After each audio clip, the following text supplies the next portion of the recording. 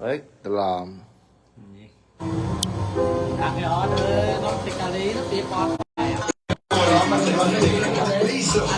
nó cỏ khóc kia đi, nó cỏ khóc kia, system nó cỏ ta ngõ tầm pon phải. bà đi thân What happens when great intelligence meets unstoppable power? Nhưng bà đi bao sang lên bà đâu này? Bà không làm cá.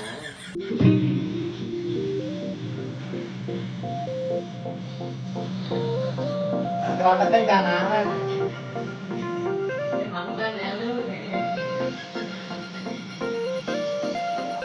Này đi. Sang cho bắn đây.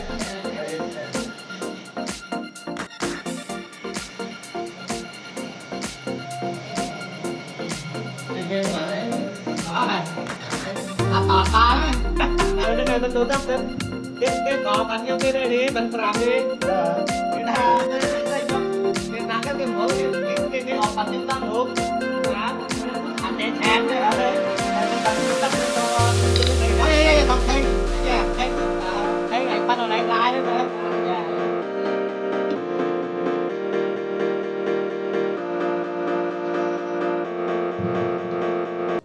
Bà đi.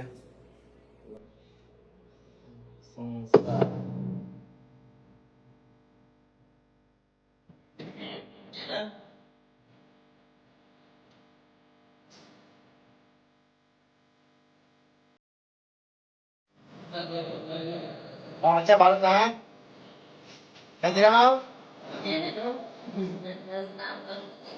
có bùng mà nó mới về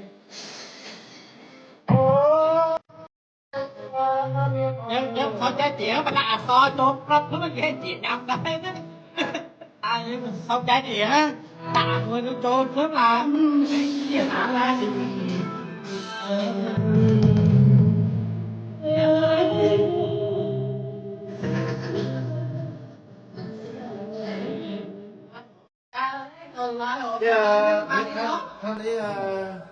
Cái nào nó thay đi mua ở lại này chiều nó lại mua lại chứ nó mà khi thanh cho đi lại tích hợp là lại về là bị đi lên view đó đâu vậy hàng của nó số ó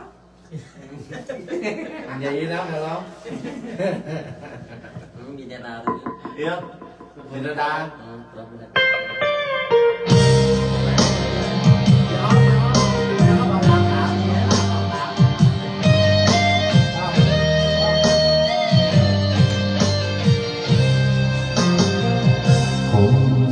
Sông chân luôn sai ống tan ai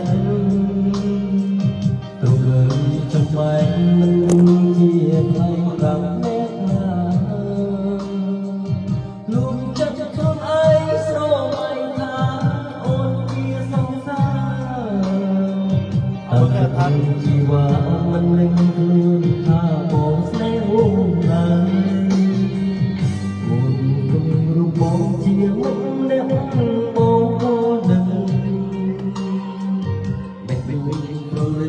Hãy subscribe cho kênh Ghiền Mì Gõ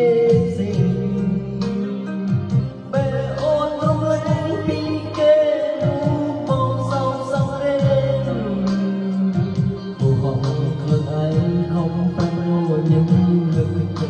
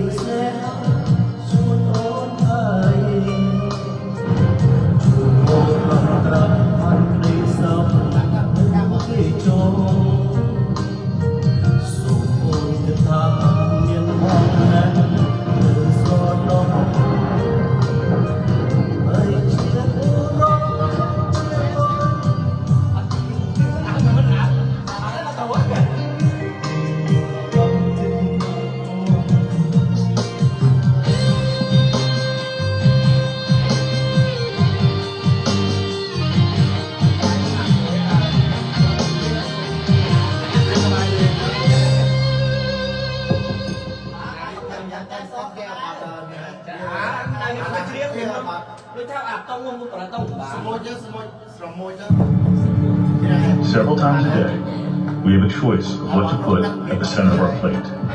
But what if something came along that gave you the chance?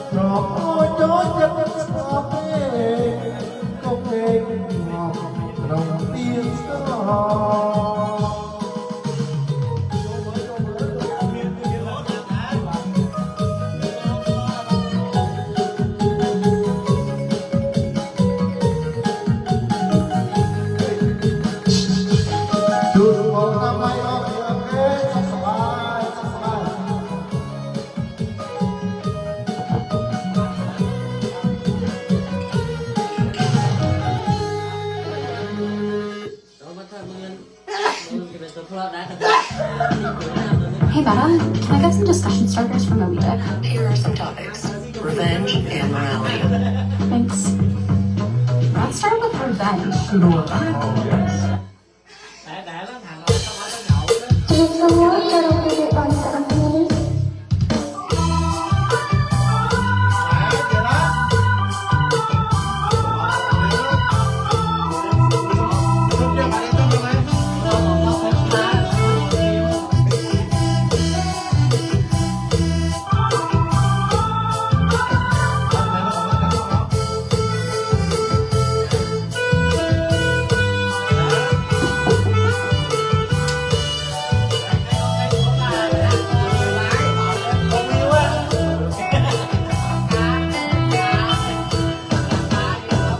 Người đi của sai hôn cùng liệp mai óng con ấy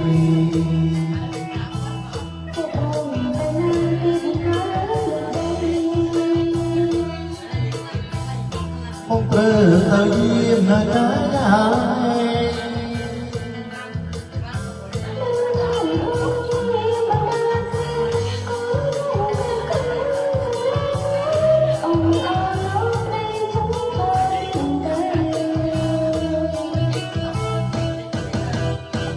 cùng chưa sống để quê cốt đi lên té xây bờ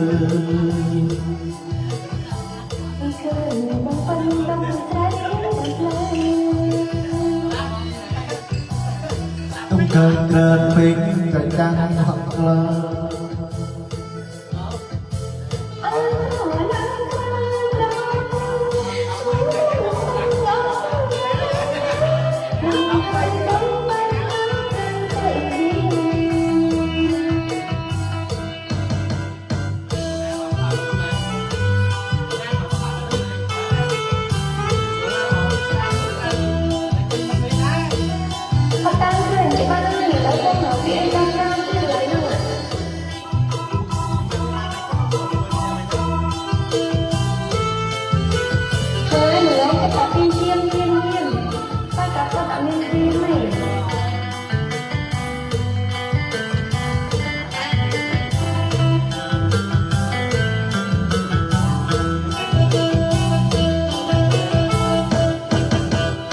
người cũ ôi sai ôm không riêng mai ôi con đây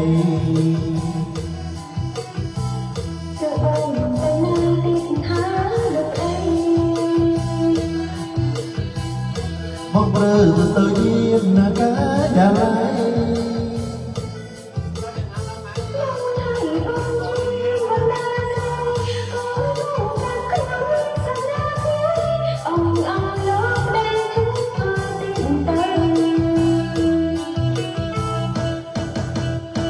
cùng chưa sống để quê con nghe lên té xây bờ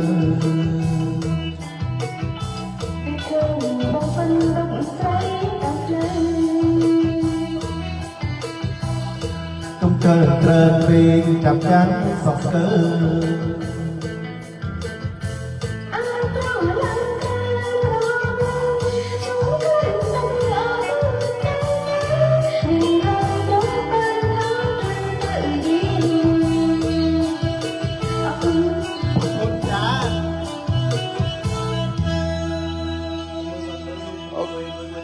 hả? Quần áo này.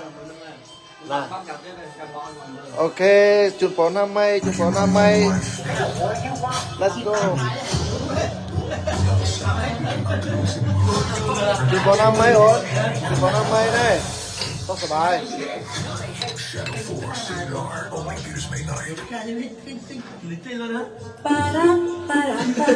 Hi, I'm Robin, the team member at Chick-fil-A in Georgia.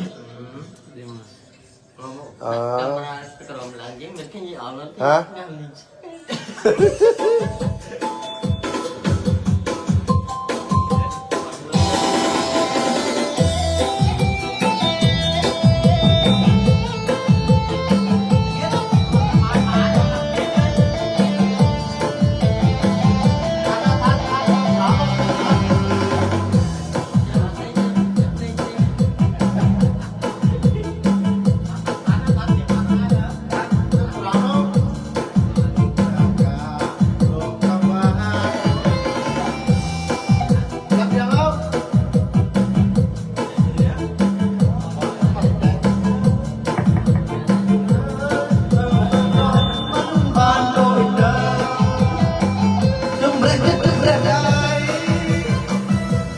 đại gió đường vẫn long tung chiếc khúc thì mình chọc mình chẳng hề đông túc đông nê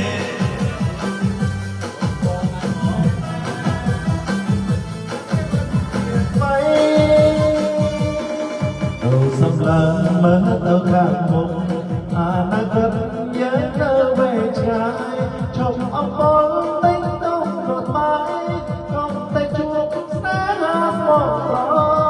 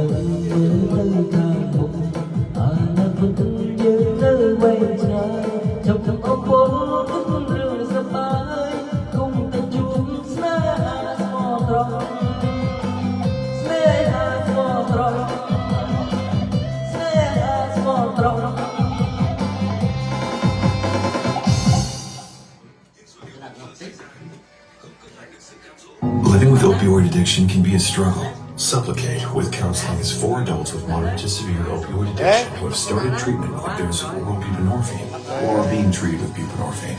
Supplicate may help you keep moving towards recovery. Supplicate continuously releases the medicine buprenorphine all month with no real daily ups and downs. Buprenorphine is known to reduce cravings and block the rewarding effects of opioids. Sublocade may cause harm or death if injected in a vein. As an opioid, it may cause serious life-threatening breathing problems. Ask about naloxone for opioid overdose. Get emergency help right away if you're faint, dizzy, sleepy, confused, have problems breathing, seeing or talking, or if naloxone is given. Don't take with other opioids, benzos, alcohol, or other drugs, including street drugs. This can cause severe drowsiness, decreased awareness, breathing problems, coma, and death. In emergencies, tell medical staff you're on Sublocade for opioid dependence. This isn't a full list of risks and side effects. Talk to your doctor and read patient label for more information. Don't give up. Ask a doctor if Supplicate can help you keep moving towards recovery. Hôn má mày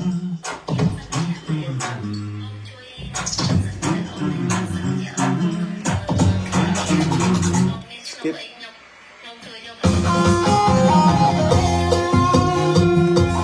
này nạp ra